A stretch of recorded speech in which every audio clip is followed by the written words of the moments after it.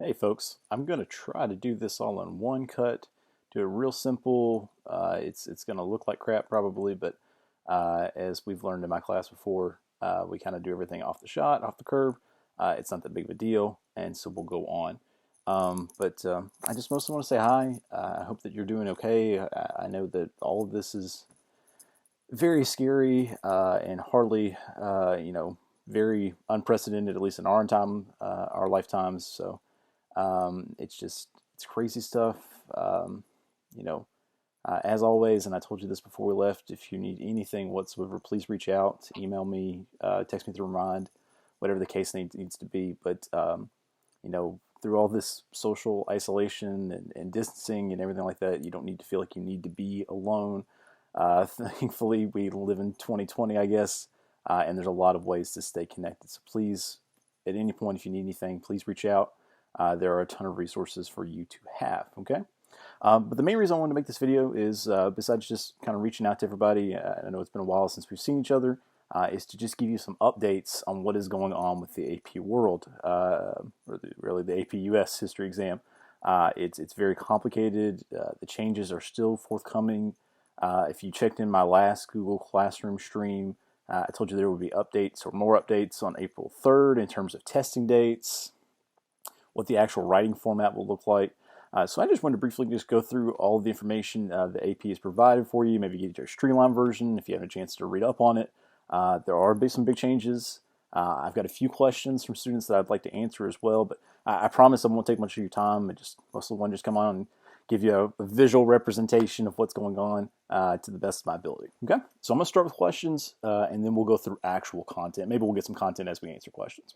So the first question I have out, and I saw quite a bit of information on that poll that I had you take last week. Really, my first question was, are you planning to take the exam? And so before we left, I had 33 of you registered to take the exam.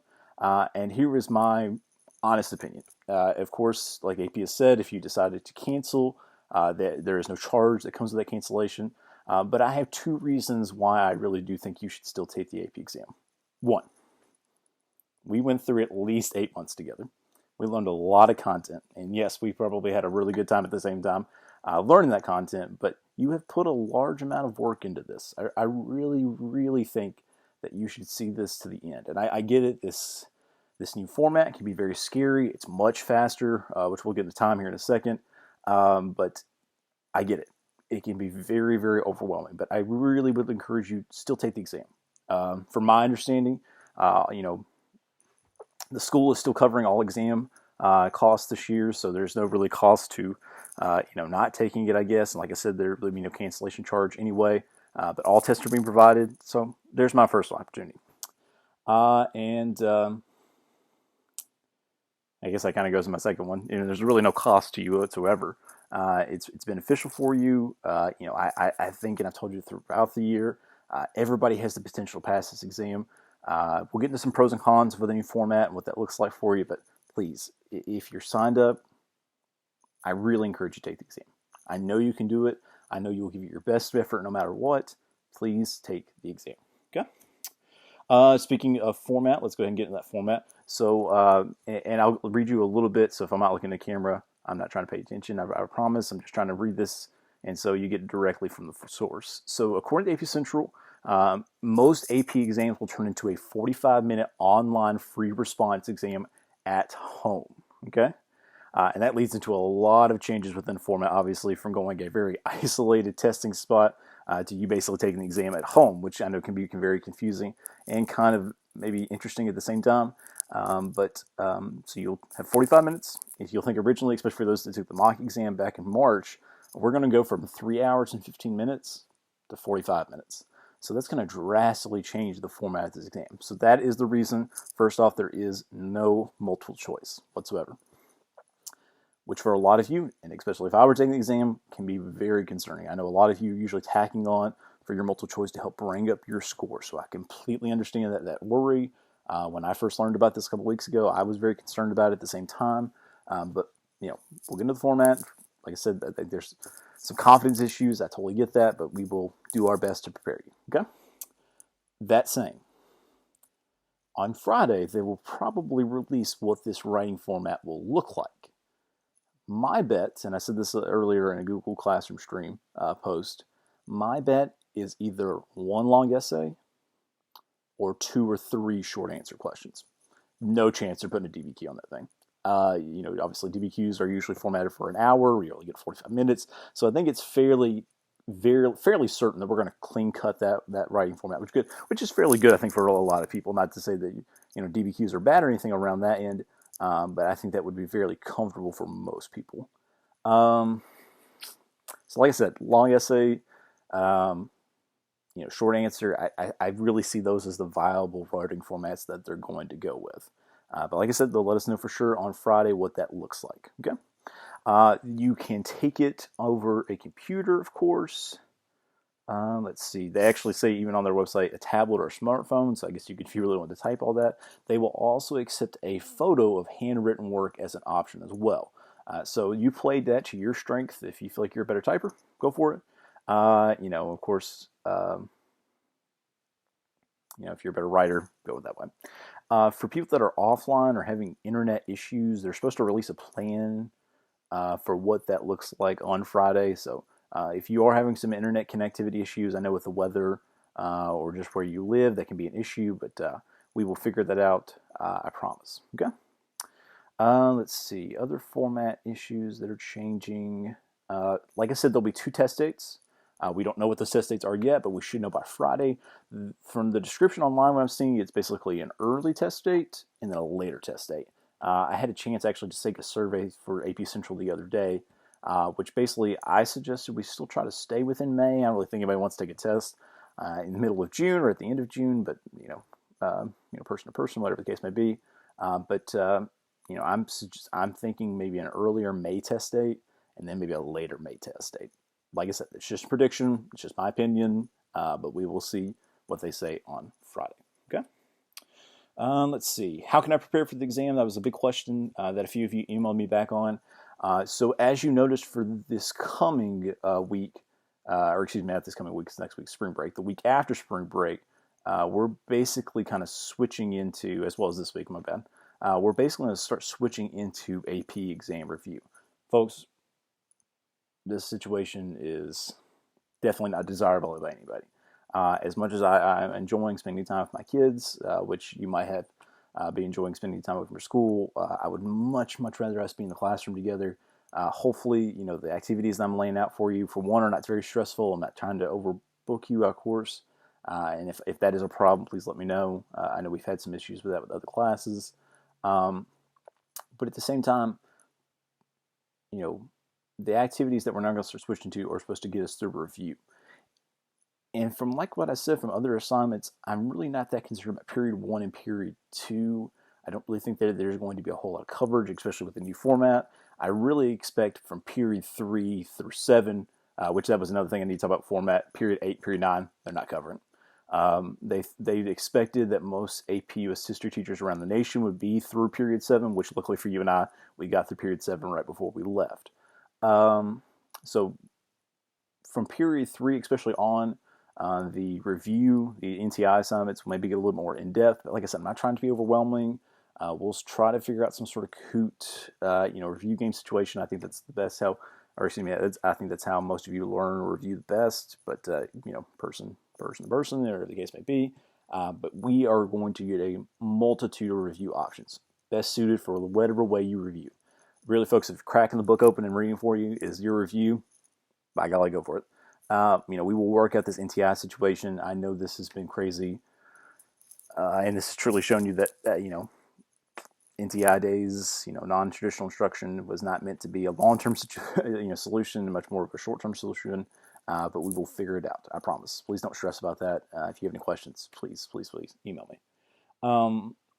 Review games, Quizlet. I can find a multitude of Quizlets. PowerPoints for my polling that I had you guys take on that Google form. A lot of review games, a lot of PowerPoints would be beneficial. And then I had a few people suggest, Zooming or Google Hangout or whatever the heck it is. I would love to do that with my kids. It is a little hectic to not have an uninterrupted 2 minutes in my life at this point. even though they're wonderful. But we will figure something out. If that is the best way that we learn, then that is the way that we will do it. Okay. I also had this question, and I think it's a fairly decent question to ask. Can I cheat on the exam? We're going to use the word open note or open book. And really, AP Central has admitted to this. This is a huge problem with at-home testing. And although I think that is completely the proper solution for this case, obviously this is crazy enough as it is with coronavirus and everything like that. But we're going to use the word open note and open book. Okay.